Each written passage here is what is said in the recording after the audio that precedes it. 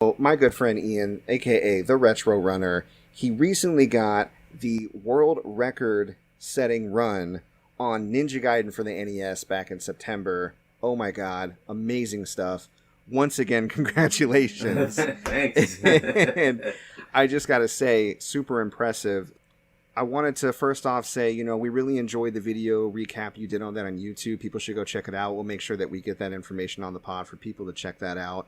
But I wanted to get to know you as a speedrunner and introduce you to our listeners.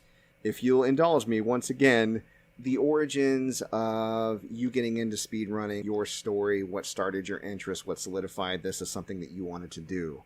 Yeah, sure. And again, thanks for watching the video. And I hope you guys check it out. It's a fun time. It's not just the raw footage or whatever. It's a good time. So yeah, no, the editing is great, and we talked about it before. It reminds us a lot of Continue, which was, we know, an inspiration, which is also a great show. So, no, I loved it.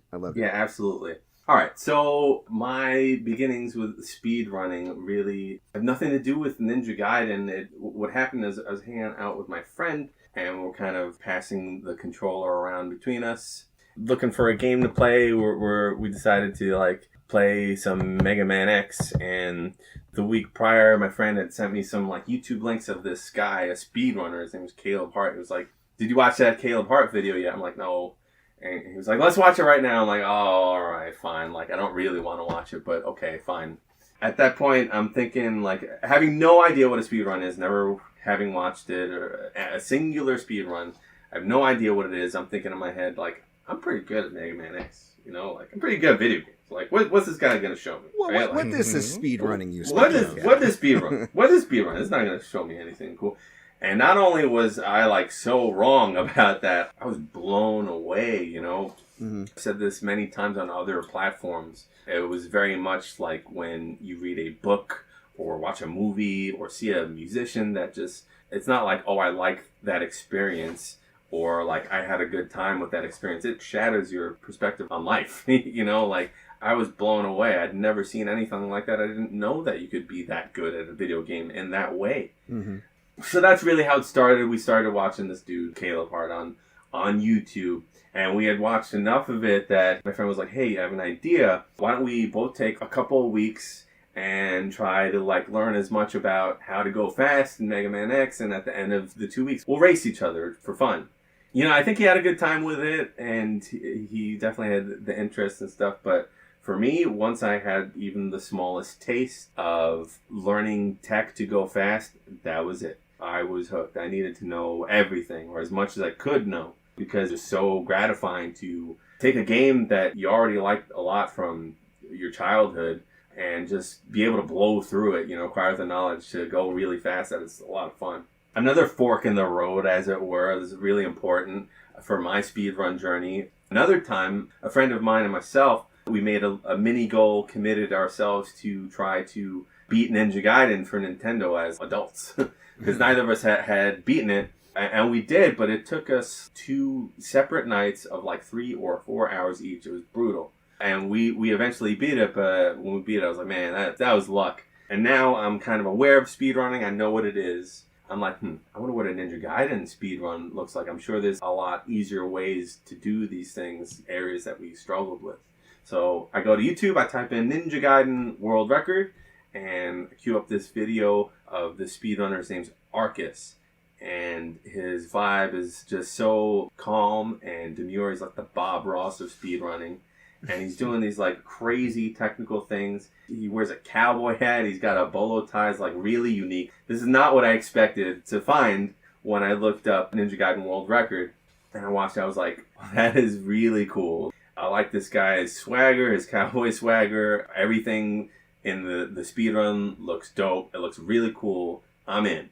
So, it didn't start, obviously, with me committing myself to, I'm going to get the speedrun world record for Ninja Gaiden. Mm-hmm. It would just be, little things that I'd see him do, and I'd kind of humbly try to mimic on my own. Those were the 2 biggest pieces of the puzzle for me becoming, a speedrunner. Right on. And thank you for indulging me by telling us that story again. I appreciate it. I tried to make it the same but different, It'll be the first time for everybody else, so I hope you're not too self-conscious about it. I'm still upset I didn't put up a backup recording. Right. I'm going to be yelling at myself later about that. Okay, well, then once again, as I had an interest earlier, I will ask you, at what point did you stop going for PB, or what we call personal best, and started looking at this as a viable world record attempt? That's one thing that I've always loved about speedrunning. Like, there is this competitive element to it by nature. But really, for me and many other runners, it's not even about being faster than someone else. You're always running against the best of yourself, which has self-improvement applications way outside of video games, which could be we could have another podcast on that subject alone. Sure. But I guess what really planted the seed in my brain that it could be possible was I had gotten the third place run. Arcus had the Ninja Gaiden world record for like over 5 years, which is a really long time in speedrunning. I mean, there are runs certainly that are older than that, but it's not a common thing at all for a record to last that long. And not only did he have it that long, even second place was 6 seconds away. A lot of the time you go to a leaderboard for a speedrun game, you check out the top times or whatever, the world record, second place, third place. You have the world record and maybe second place is like fractions of seconds behind, Yeah. No, 6 seconds is huge in the speedrunning world. Yeah. And that was the best that anyone had ever done, closest anyone that had ever come. At the time, I had made a little bit of noise by getting third place, which was still an 11:47. So we're still talking about 9 seconds away from world record. That's third place. At the time, my immediate goal was, all right, I only need a little bit more than 3 seconds, which is still a lot, especially when your time is all the way up there. It's like a vast amount of time that you have to make good on. Mm-hmm. Seems reasonable that I could grab second place. And at the time, I would have been happy with an 11:43.999 or whatever, right? Like just barely edging out that 11:44. And I thought that's what was going to be the case. But when we did grab that second place, it was an 11:40. Mm-hmm. So this is 4 seconds over the previous world record. I had shaved some 6 and a fraction seconds off my personal best at the time, which is a pretty wide gap. And now I'm within 2 seconds of world record. This is kind of a big deal because no one has ever even been that close, ever. And no one was ever even that close to getting what we call sub 11:40, so like 11:39 and under. So when I grabbed second place, I would put like, as a funny title of the stream, I'd say world record attempts, but I didn't really think that, I just like, it's almost a joke. Once we started shaving down that 11:40 to like 11:39, I was like, oh, this isn't a joke anymore. Mm-hmm. This has actually happened. And at some point in the grind, it became less about improving my time, and it became like I have a solid, realistic, executable plan. And if I execute that plan, we get a record. It wasn't like, oh, we pray for a miracle and maybe we'll get a record. No, if I follow this plan and keep on throwing attempts at this plan, it's going to happen. It'll take a lot of attempts, but if I keep on throwing attempts at this plan, it's going to happen. And then I guess it took me, I think, just almost to the day, over a month from when I got the second place time of 11:40 to the world record of 11:37. Wow. And you had mentioned previously you were the second place, partially seriously, partially not seriously, going after that number one spot for over a year, right? Yeah, just over a year. Pretty impressive stuff. I said it in the previous response, but it bears mentioning again.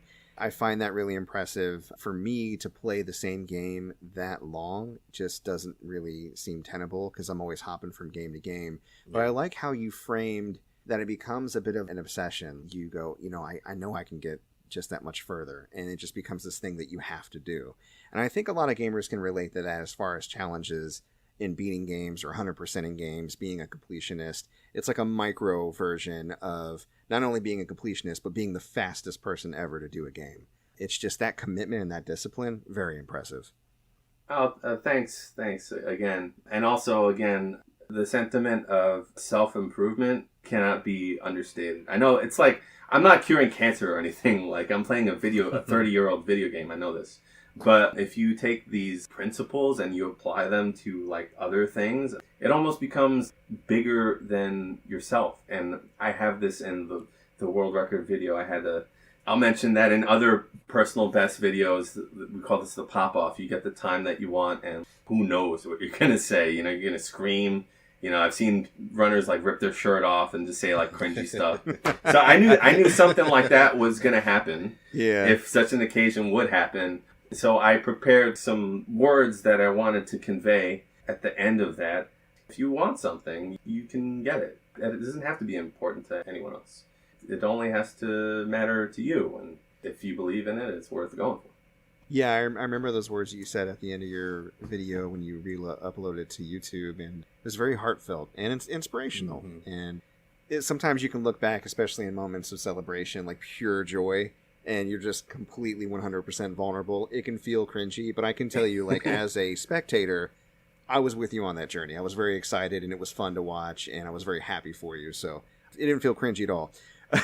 But speaking of cringe, that reminds me of one of the memes you used. You had mentioned a guy who, he was like, I knew a guy once that crapped his pants. And then you put up the face of that little girl like, what? A lot of times, and this is a tactic that I found that can work, you get nervous. If you're on a pace, like a fire pace, you're going to get nervous.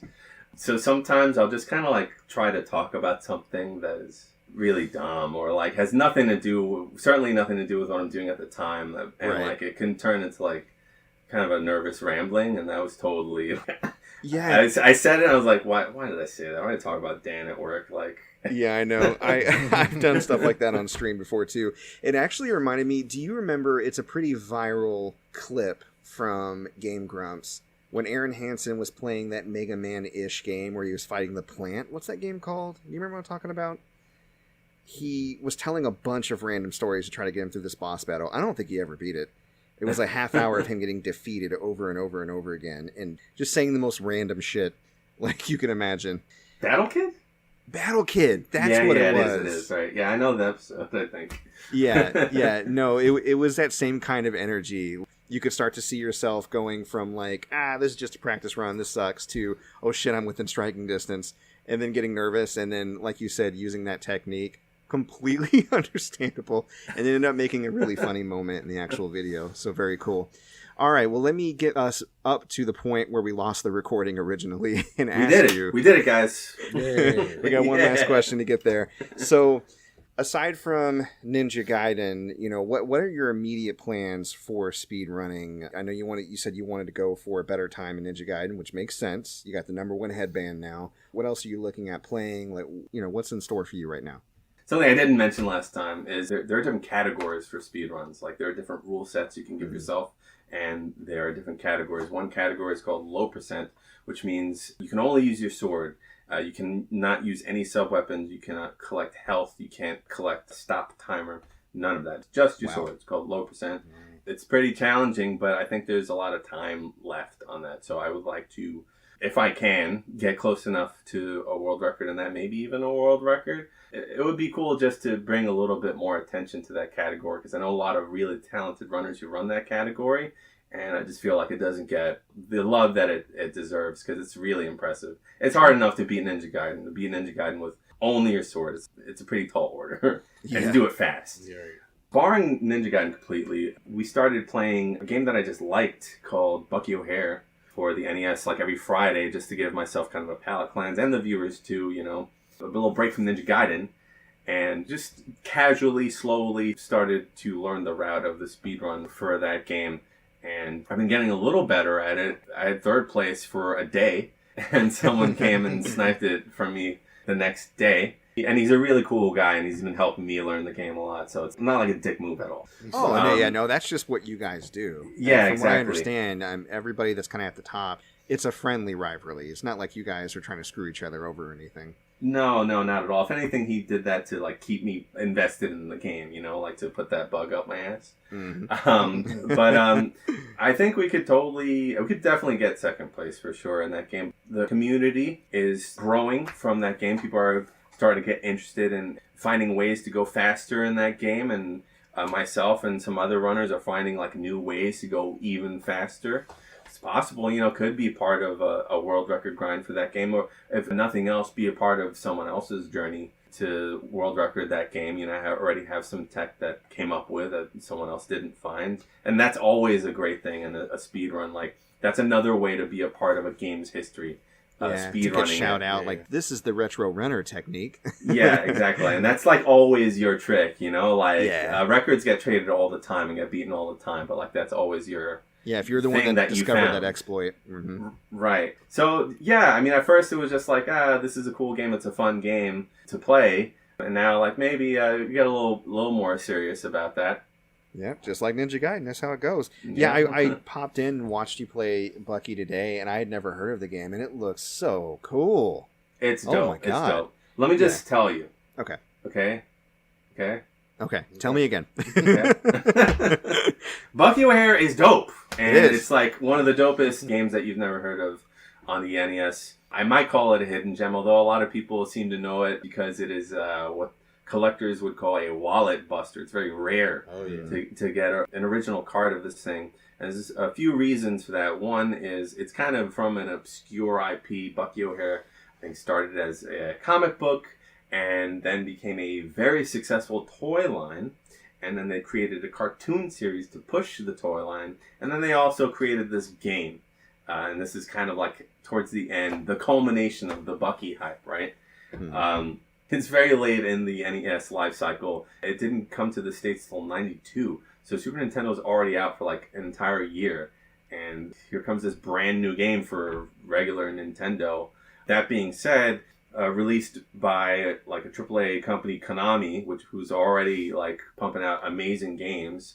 And because it was so late in the Nintendo life cycle, I think that they really knew how to dial in what they wanted that console to do and how to make it work for them in the most impressive and efficient way. So like it's reflected in like the controls are airtight. They're very intuitive controls, not janky at all. You have a lot of freedom of motion and agency with your characters, unlike some other Konami games. I won't mention like maybe like Castlevania,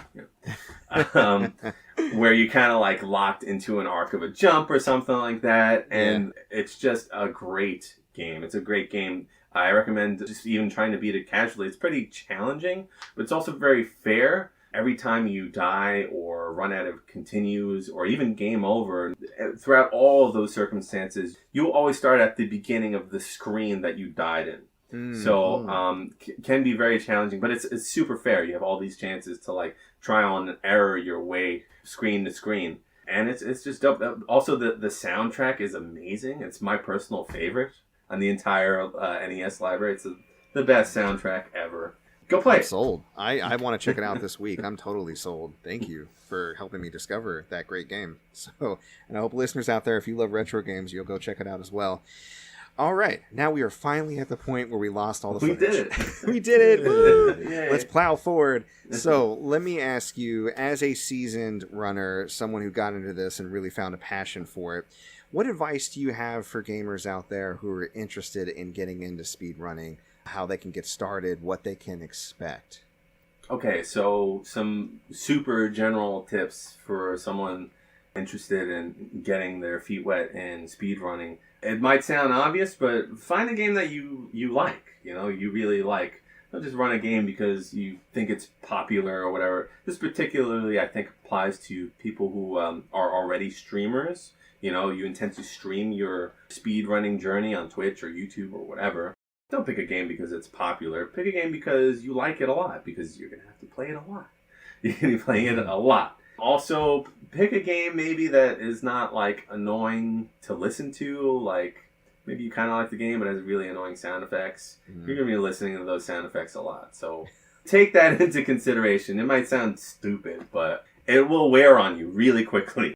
The other thing is, particularly when it comes to this is really any game, but particularly I find with the retro stuff, become a part of the community, because you can find a singular video on YouTube that is a tutorial for this game that you would like to run, or some clips. So you can watch a world record and try to glean information from that. But the best way, and I wish I knew this when I started, the best way to learn a game is by using many people as resources. It's not, I think maybe some people think like we're trying to guard this speed tech information so that someone doesn't sweep the rug under us and take this valuable information from us. Not like that at all. We're all like a bunch of nerds, and we're just like excited that you want to talk to us about something that we like. So a lot of these communities are really welcoming. Certainly the Ninja Gaiden community is like amazing. Find that you can find them on Discord and stuff, or forums and on speedrun.com. Get involved with the community. Watch other people who run that game, hang out with them in their streams or watch their videos. That is the best way to get better at a game and get information on it. Get information on things you probably weren't even aware of, but like by being part of a community, you are made aware of. And it makes your journey like bolstered by all these people instead of like you just toiling away by yourself, you know, in front of a computer. And then the last thing that I would recommend is, and obviously you can't do this with a lot of modern games, but something that's going to help you learn faster and practice faster is some manner of what we call save states. There's a lot of ways to do this. When I started, I had an NES Classic, and you can take like 4 snapshots or whatever, quick saves, at any point in the game, and you can just practice those parts over and over and over again instead of like having to play the game to a certain point and practice a certain thing and then failing and then having to do that again. You could do it that way, and you actually do have to do that with a lot of modern games, but it's way more time consuming. Especially at first, I recommend some kind of save state situations. I started with an NES Classic. You can have an emulator on your computer. You can have a ton of save states. They have, and these are great, flash carts, it's an actual physical cartridge that you can put an SD card into and pump ROMs into. And a lot of these flash carts allow you to have save states on games and stuff. And you can use the original hardware, which is like super cool. Yeah, I gotta say, as far as the community, I completely agree with you. My run-ins with the community myself, like when I'm streaming and maybe somebody who speedruns the game I'm playing pops in, they're always like, oh, wow, hey, I speedrun this game. If you ever want to try that, get with me and blah, blah, blah, blah, blah. And whenever I talk with speedrunners or I look at how the community themselves, how they interact, within the gaming community at large, probably one of the most welcoming and social and supportive communities that I have ever seen. And you're right, like you guys are so eager and quick to help and support each other and share knowledge, and it's kind of a beautiful thing. So, I mean, if you just want to be in a positive gaming community, that's another reason just to get to know speedrunners for sure. Yeah, I mean, and you don't even have to speedrun yourself. You could have an interest and ask questions without even like speedrunning yourself. A lot of viewers do. A lot of viewers are like really knowledgeable about the game just from watching me play so often, but speedrun themselves, you know, there's all kinds of levels of interest. For sure.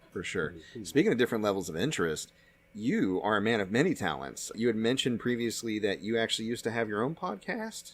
What's going on with that? Yeah, I did. I did the podcast gig for like 3 years. Me and my buddy, it was the 8-Bit and Retro Show. His handle is 8-Bit Steve. My handle's the Retro Runner, so it's as creative as my handle is. We started similarly to you guys. It was kind of speedrunning focused, but not hardcore all about speedrunning. We would get world record holders of other games and interview them, pick their brains about speedrunning and what they like, and talk about games in depth. It was a really awesome and rewarding experience that we did for like 3 years. And as far as speedrunning podcasts, which is a niche upon niche, category, it was pretty successful in terms of the amount of downloads and that we had towards the end. But I'm sure you guys already know how much work a podcast is. Oh yeah. Especially this guy. Yeah. No, I spend a large amount of my week editing, promoting, and just doing stuff for the podcast, which it's a labor of love though, right? Yeah, absolutely. You do it because you love it. And it is a rewarding experience. I still like the format a lot, which is why I was stoked to come on your guys' show.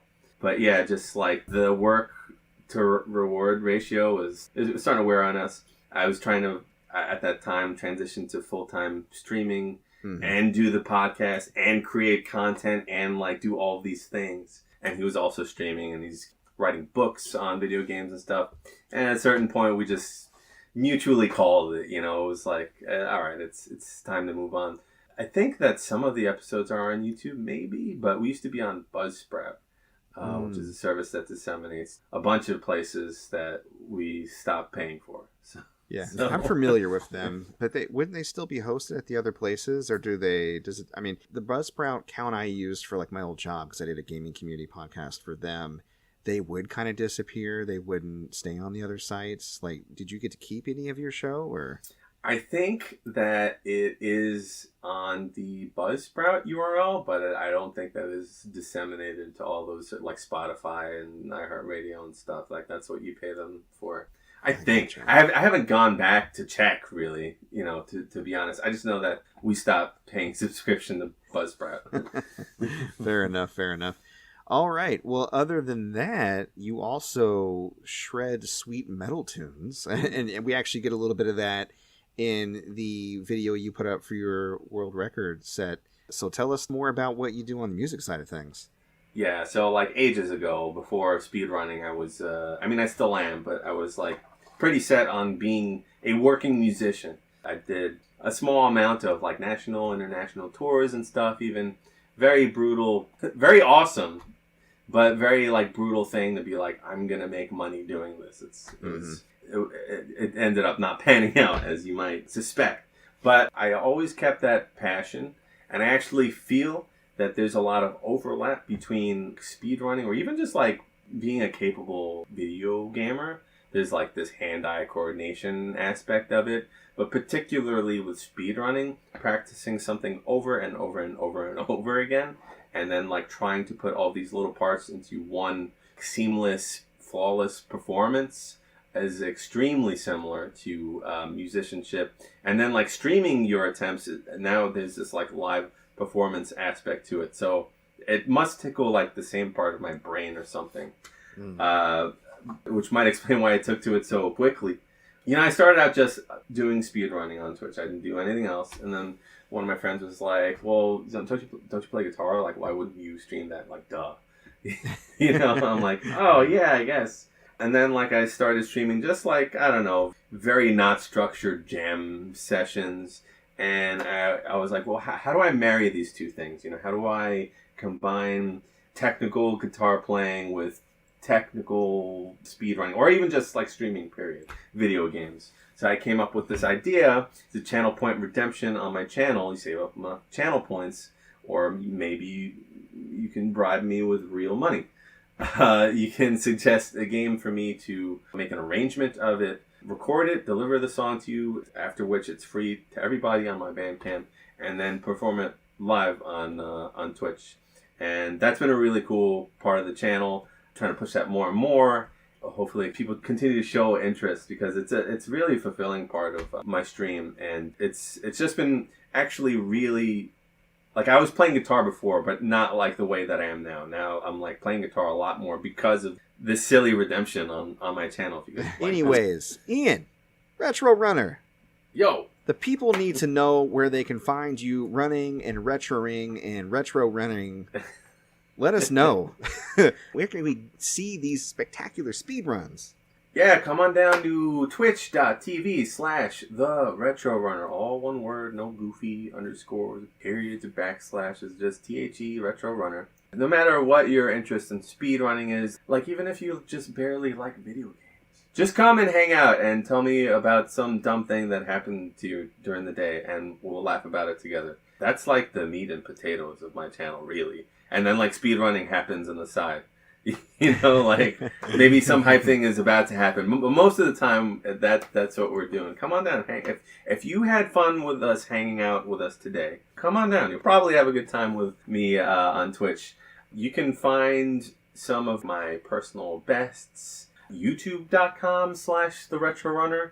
If you have a Twitter and you're looking for people to follow, you can follow me on Twitter, retro_runner. Twitter @retro_runner. Facebook.com/TheRetroRunner. And last but not least, and this is cool if you want just like some free music, just free, theretroRunner.bandcamp.com. And you'll find the covers of the video game tunes that we've done so far. That's me in the world of social media and content creation.